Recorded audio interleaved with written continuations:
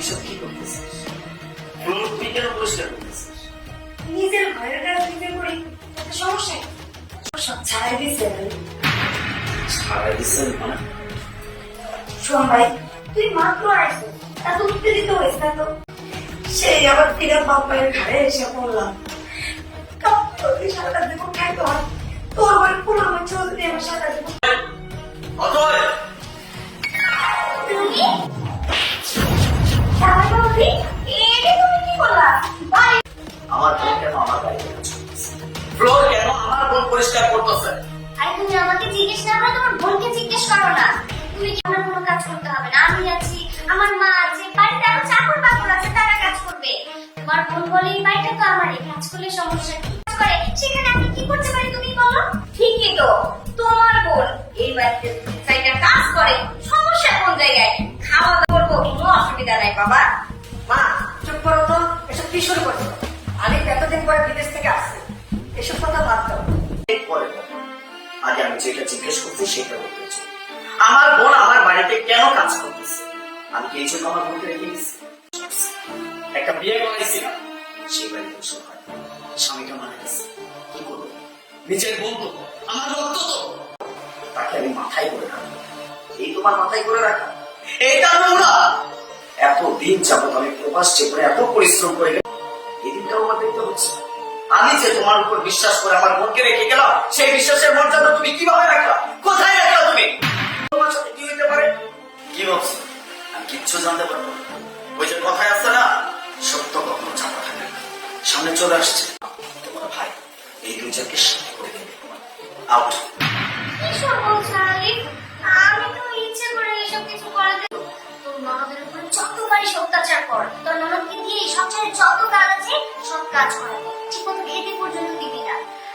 Please এই তুই সব কি আসতে কথা বলতেছিস? আমি না আমার বোনের টুকিটাকে একটু শিখাই দিছি, তুই বলবি নাকি? তোর ননদ তুই বুঝি না। নাটক চলতেছে এখানে, হ্যাঁ? নাটক করতে আসছি আমি এখানে। আমি কারো কোনো কথা কোথাও যেতে পারবো না। দাঁড়াও ভাই, আমি তো মোটা অনেক বড় হয়ে গেছি, কিন্তু আমি বলছিলাম ভাই, তুই মানুষকে মানুষ দেয়, আমি তোর মানুষ বানাইতে পারি না। তুই ওটা মাফ করে দে, ঘরের লোক ঘিরে ঘর থেকে বাইর করেছিলাম ভাই, যারা মন করছে তাদের বিচার নিশ্চয়ই হবে।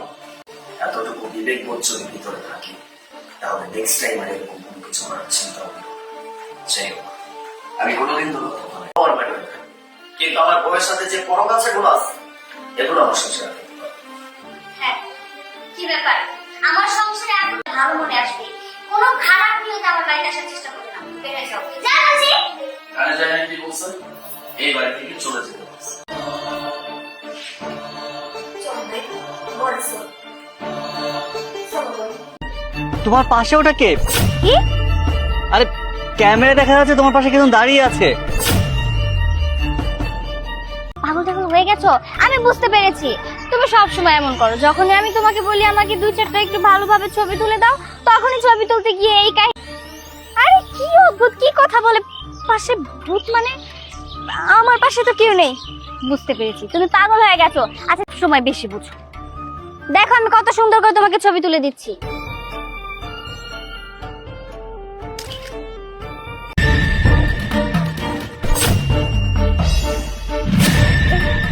কি ব্যাপার? সূর্যের আশেপাশে তো কেউ নেই, কিন্তু আজ তো বড় ভূতের মতো এটা কাকে দেখলাম? আমি তো কিছুই বুঝতে পারছি না, এটা কি হলো আমার হ্যাঁ, সাথে? আমি এইটাই দেখেছি, এই বুটটাকে দেখেছি।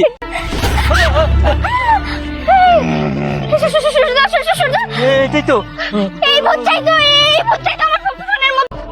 এই রাস্তায় ছবি তোলা যাবে না। যেহেতু তোরা ছবি তুলেছিস, তোদের আমার হাতে আজকে মরতে হবে।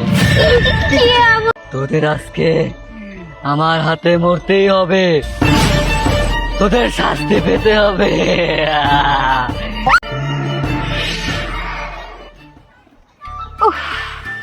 অনেক গরম, তাই না? আর অনেকদিন পর কিন্তু বাসা থেকে বাসায় সহজে যাব না। হ্যাঁ, আচ্ছা ঠিক আছে, তাহলে চলো। কি ব্যাপার, দাঁড়ালে কেন?